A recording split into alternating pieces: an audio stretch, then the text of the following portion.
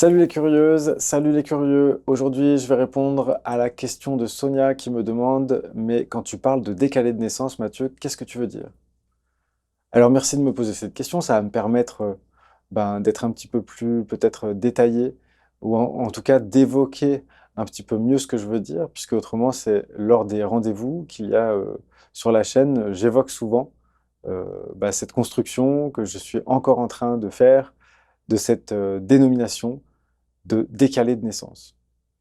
Alors déjà, j'ai choisi cette formule pour la puissance euh, énergétique des mots qui la constituent, et non pas pour la valeur scientifique que ça pourrait avoir, parce que ça n'en a aucune. Je ne sais pas si je parle d'inné ou d'acquis en disant ça. Je pense que je suis un peu à cheval entre les deux. Ce qu'il m'importe, c'est si jamais ça résonne chez toi qui regarde cette vidéo, ça veut dire qu'il y a peut-être des choses intéressantes dans ce que je vais développer ensuite. Pour moi, un décalé de naissance, c'est quelqu'un qui n'a pas été respecté dans son besoin de douceur, de continuité et de progressivité dans les premiers instants de sa vie. Quelqu'un de décalé de naissance, c'est quelqu'un qui s'est fait péter sa bulle de sécurité de façon prématurée et violente, alors qu'il n'était pas encore constitué en tant qu'individu. Un décalé de naissance a vu sa bulle de sécurité exploser ou ne pas être présente, alors que quand on est dans le ventre de maman, même si c'est chaotique, il y a quand même quelque chose de chaud qui nous entoure, qui nous préserve des dangers. Et donc, du coup, il y a une sécurité, une bulle autour de nous qui est physique. Et logiquement, la famille, la société, les humains autour de nous sont censés poursuivre ce travail de bulle de sécurité affective, physique, concrète et abstraite autour de nous.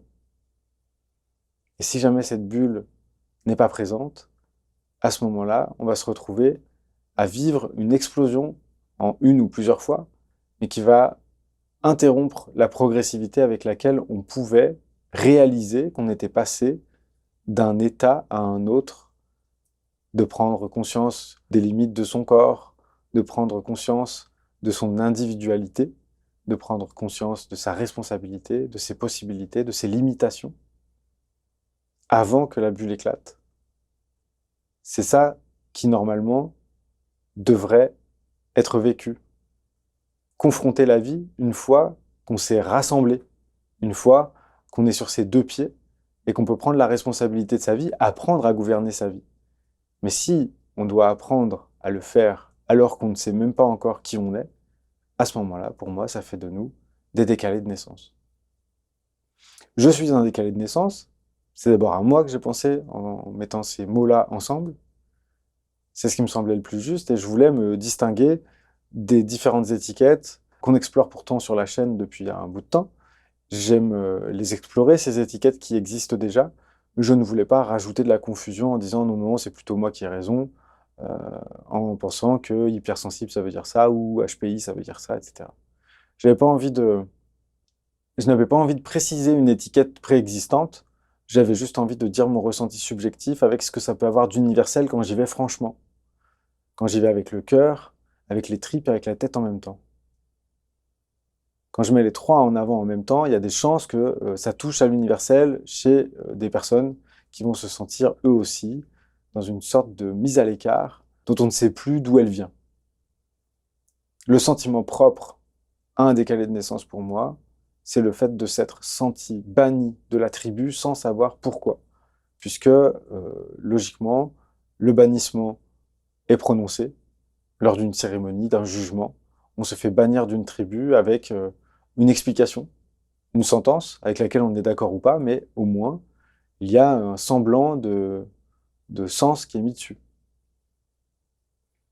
Et là, en l'occurrence, le décalé de naissance, lui, il vit cette explosion alors que personne ne comprend ce qu'il est en train de vivre. C'est très important cette notion-là, c'est vivre dans la solitude, l'explosion de sa bulle de sécurité, qui devrait être assurée par l'extérieur, mais qui ne l'est pas. Donc cet extérieur n'est pas en mesure de voir que cette bulle explose, n'est pas en mesure de tenir cette bulle autour de l'enfant en développement. Le fait de perdre cette bulle, c'est une première catastrophe, et le fait que personne ne voit qu'elle est éclatée, c'est une deuxième catastrophe, et c'est dans la même action que ça se passe. De cette double catastrophe va naître un double processus, c'est-à-dire que pour moi, un décalé de naissance, c'est aussi quelqu'un qui va devenir adulte de façon précoce quand sa bulle va péter, puisqu'il va falloir qu'il assure lui-même sa sécurité affective et physique. En tout cas, il va essayer de le faire. Et donc, du coup, il va sortir de l'innocence ou de l'insouciance dans laquelle il devrait être pour assurer lui-même sa sécurité. Ça, c'est une première violence. Et deuxième chose, le fait qu'il devienne adulte alors qu'il ne devrait pas l'être va faire que aussi il va rester enfant au-delà de la limite autorisée, puisque derrière il y a une enfance qui n'a pas été vécue jusqu'au bout, donc du coup elle va rester en suspens et elle va rester présente, plus ou moins alimentée, mais toujours euh, avec des côtés immatures. Donc il va y avoir une maturité adulte dans le corps d'un enfant de 4 ans, mettons, qui n'aura pas du tout l'insouciance d'aller voir les gens qu'il connaît pas, de revenir vers ses parents et tout, puisqu'il se sent en sécurité avec personne. Donc du coup, il va se mettre à l'extérieur, il va observer et il va regarder un petit peu comment ça se passe. Et il va voir où il est en sécurité. Mais c'est lui qui assure cette sécurité, c'est où il se positionne dans la pièce, où est-ce qu'il reste, est-ce qu'il parle. C'est pas, c'est une vraie décision. Donc ça, c'est le côté adulte dans un corps d'enfant. Et puis, plus le temps passe, plus il y a des zones d'immaturité affective qui vont perdurer et qui vont faire que ça va devenir aussi un enfant dans un corps d'adulte au bout d'un moment. Donc le fait d'avoir du mal avec les relations amoureuses, le fait parfois de se sentir trahi, de se sentir, euh, de se sentir mal aimé, de jamais se sentir rassasié par l'amour qu'on nous porte, le fait d'être en méfiance, d'être en anticipation de ce qui pourrait se passer de pire. Et donc, ça fait aussi l'immaturité affective de toujours être sur le qui-vive. Il y a une hypervigilance qui est propre à plein d'étiquettes, donc l'hypersensibilité, les surdoués aussi ont ça, mais ça fait pas exception. Pour moi, un décalé de naissance, c'est quelqu'un d'hypervigilant. Et puis j'ajouterais aussi une ambivalence permanente entre cet aspect adulte et cet aspect enfant, mais également dans le fait de s'être senti banni de la tribu sans savoir pourquoi. En résulte ce slogan, on pourrait dire, à l'intérieur de soi, c'est qu'est-ce que j'ai fait pour mériter ça? Donc, on est sûr de deux choses à 100%, on est innocent et on est coupable. Les deux. Qu'est-ce que j'ai fait? Du coup, c'est que je sais pas ce que j'ai fait, donc je suis 100% innocent avec ce truc-là. C'est qu'est-ce que j'ai fait? Je sais pas. Pour mériter ça, et le mot mériter ça, eh ben, il dit la culpabilité qu'on ressent. On est coupable, on a sans doute fait quelque chose. Ils ne nous ont pas bannis pour rien. Donc, on va passer émotionnellement de tout à rien tout le temps. On est à plus 1000, on est à moins 1000, on est à plus 1000, on est à moins 1000, parfois les deux en même temps. Électrocuté dans cette double certitude d'être à la fois 100% coupable et 100% innocent. Le vécu d'un décalé de naissance, c'est alternativement d'être au-dessus du monde, parce qu'on finit par comprendre comment le monde fonctionne en l'observant, j'y reviendrai juste après, et d'être en dessous du monde, à l'endroit où on se sent incapable, handicapé, pas suffisant, pas aimable. Et donc on a ces deux aspects de nous, et généralement, on a tendance à en assumer plus un que l'autre, et généralement, ce qu'on assume, c'est le fait de se sentir nul. Pourquoi? Parce que socialement, ça nous apporte plus de reconnaissance de nous dire nul que de nous penser et de nous dire au-dessus des autres. Donc c'est ce côté-là qui va souvent être développé de manière à quand même être en contact avec les autres par la plainte, par l'autodénigrement. Le fait de grandir avec ce décalage premier, avec cette maturité précoce, et avec le fait que c'est pas sa place à cette maturité d'apparaître aussitôt, donc du coup, avec toute la maladresse de cette maturité, ça veut dire qu'on va avoir à la fois de la lucidité et à la fois de l'essentialisation là-dedans, puisque c'est un enfant qui va avoir des responsabilités d'adulte. Donc il va les assumer du mieux possible, mais il peut pas le faire avec autant d'acuité qu'un adulte qui aurait un certain calme, un certain apaisement à l'intérieur de lui. Là, c'est de la survie dont il s'agit. C'est de la survie. Un décalé de naissance, il est en survie. Et petit à petit, à force de se protéger, il va devenir ce que j'appelle un anthropologue désabusé. Puisque dans un premier temps, par nécessité, il va regarder comment les autres se comportent pour éviter les coups, pour éviter d'être surpris, pour éviter d'être rejeté aussi, parce que ça arrive régulièrement, évidemment. Il est banni en permanence, donc il vérifie qu'est-ce qu'il va faire qui va pouvoir se faire bannir, donc il essaie d'anticiper, parce que ça fait mal quand ça a lieu, il essaie d'anticiper les moments où ça pourrait se faire pour ne pas faire ce qu'il faut pour que ça arrive. Donc essayer d'éviter d'être banni à nouveau, et à la fois, à chaque fois que ce bannissement a lieu, trouver une résonance avec ce qu'il était sûr qui allait se passer. Donc avoir raison. Un décalé de naissance, c'est donc quelqu'un de très solitaire, parce que dans ce qui a été le plus traumatique pour lui, à savoir sentir sa bulle de sécurité affective et physique péter,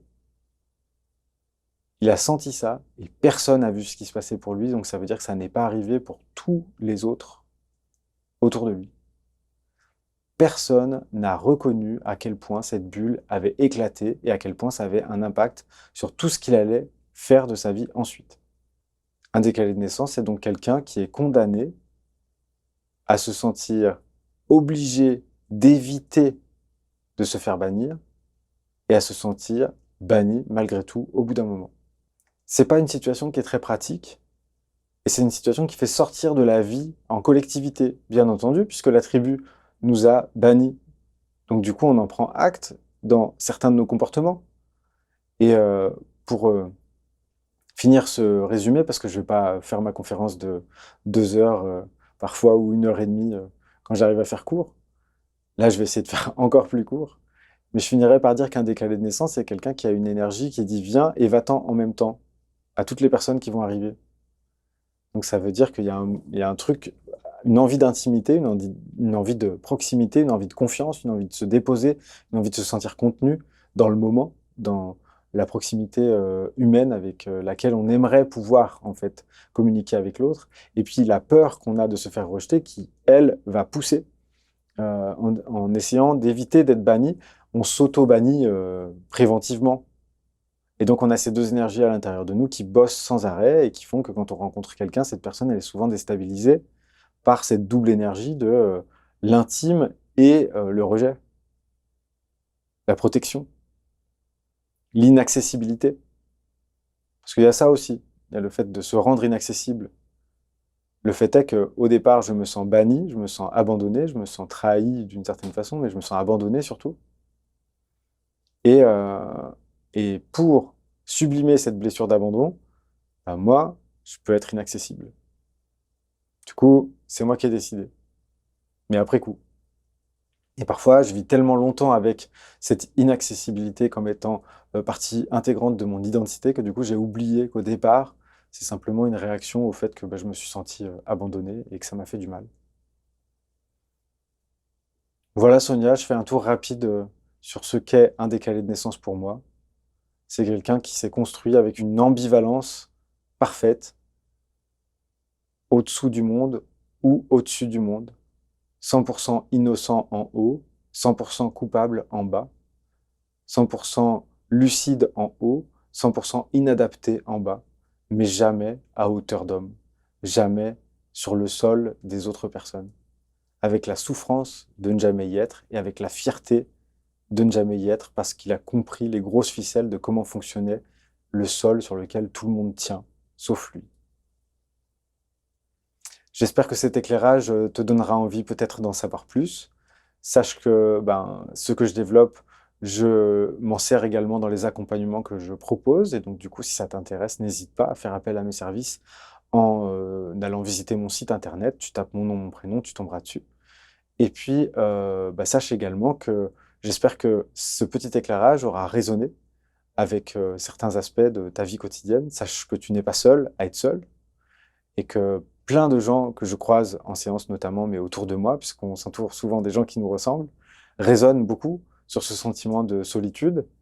Et quand on va, justement, quand on arrive à créer des parenthèses de moments précieux où on est en confiance, on se reconnaît et on se reconnecte, et on peut dire son vide, on peut dire sa souffrance, on peut dire son vécu, déjà ça fait du bien. C'est pas tout, mais ça fait du bien. Donc si ça t'a parlé, n'hésite pas à réagir dans les commentaires, n'hésite pas à t'abonner, à mettre un petit pouce si tu as bien aimé, et puis n'hésite pas aussi à faire un tour sur le reste de la chaîne pour voir un petit peu ce qui s'y est déjà passé. J'espère vraiment que cet éclairage t'aura donné envie d'en savoir plus ou de rebondir. Fais tourner cette vidéo aux personnes que ça pourrait intéresser, et surtout, n'oublie pas, la curiosité est un joli défaut. Salut!